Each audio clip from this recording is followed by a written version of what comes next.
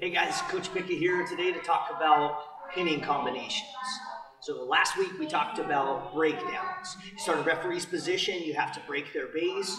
Once they're flat, then you can work your pinning combinations to turn and finish your leg. Once you've broken your opponent's base, they're flat on the mat, I teach something on bottom, something on top. So cover one leg down on bottom and your pressure's on them. I always teach head to the mat. You keep pressure on their head no matter what. This is gonna set up all your other stuff. So I'm attacking crossbody. I'm tying something down with this leg in the back. I'm on my toes though, so all my pressure's forward and my weight's on him. And I've got forearm on his head. Okay, this is the position where everything will come from. So from right here, first one I like is the half. So I'm right here, I'll dig this underneath. I'll go half, I'll reach over as far as I can, trying to touch his ear. So I'm right here trying to touch his ear, and I'll crank it till I can get his pec off the mat. Once his pec's off the mat, then I can transition my lower body to that side. From here, then I'm gonna sag back so I can get pec to pec. I do that little roll to get pec to pec. And once I'm here, then I'll just use my feet to drive. And as I'm driving with my feet, I'll inch my hand in more and more. And then I'm driving over. By the time I get to his back, it's all the way in. I'll stick this hand out, get my feet really wide, and then I'll lift his head, making him look at his own laces. This is how you'll pick up the fall right here. I also keep my head up. I'll tell wrestlers, look in the stands, look for your mom, and that's how you know your head's in good position. Now sometimes you have to dig for this, depending on where this is at. You might have to dig a little bit, but you're digging through, putting it all the way over as far as you can on his ear. Pry it up, pec showing, okay, I can transition sides. Now I'm here, I'm gonna sag so I can get chest to chest, and then tighten it as I roll over, out, lift his head, legs wide. Now sometimes this guy's got a really strong neck, and his neck's coming up no matter what. I'm pushing this down, and I just can't. Maybe I'm up 3 weight classes, whatever the reason, I can't get his head down. So what I'll do is I'll transition to a cross face here. This hand that was gonna dig, this will kind of block this elbow. This hand that is forearm on his head, it's gonna come over here so I can cross face, and then I'm gonna grab right above his elbow. And I'm gonna immediately pull that across, trying to get him on his shoulder. Once he's on his shoulder right there, I come out to the side. Now's where I'm gonna shrug back to get my chest down a little bit lower. Then I'm pushing in, I'm staying off my knees the whole time. From here, I'm almost chest to chest. I'm gonna reach this hand underneath, cover my hand. Now I'm 2-on-1. I'm gonna run barbed wire here. I'm just gonna circle around his head while I'm keeping his arm tight. Once he starts to go, I'll transition my head to this other side. My head was on there. As soon as he starts to flip over, I transition over, and I'm right here. I'll hold. This is why it's called barbed wire, because the way his arms are. I'll either stay holding here, or I'll reach for his head. And I'm going sternum right in his chest. This hurts a lot. This position right here could look a few different ways, but this is the basics of it. You try to go shoulder right on his sternum, lifting his head, or staying 2-on-1.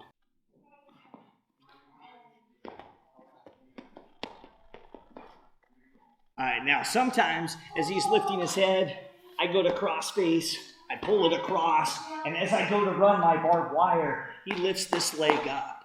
Now this leg keeps me from finishing my barbed wire here. No matter what I do, if he's got it this hip down, this hip up, knee up, I can't finish that barbed wire. It won't work even walking around his head. So I'm gonna turn it into a cradle. For this one, I keep one hand on the crossface elbow. This other hand comes, I'm gonna plant on the mat. That traps his leg right where it's at. Once it's trapped, then I'm gonna turn my hips. I turn my hips towards his head. Now I can walk over under steps, walk like Homer Simpson, over under steps, until his head is close enough to his knee that I can just lock. My hand was on the mat. I walk it till it's close enough that I can just grab my own wrist. I can lock it up. Then I'm gonna switch my hips the other direction, and I'm gonna walk until we're hip to hip. Once we're hip to hip, then I'll pull backwards. And we'll go all the way back, all the way down to the mat.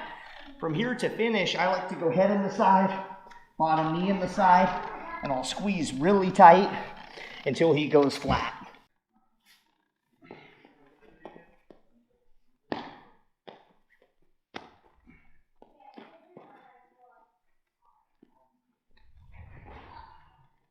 All right, now sometimes opponents will ball up and you can't dig for a half, they're down too far, their head's down even really too much to get an effective cross face. So with these ones, I really like elbow salad.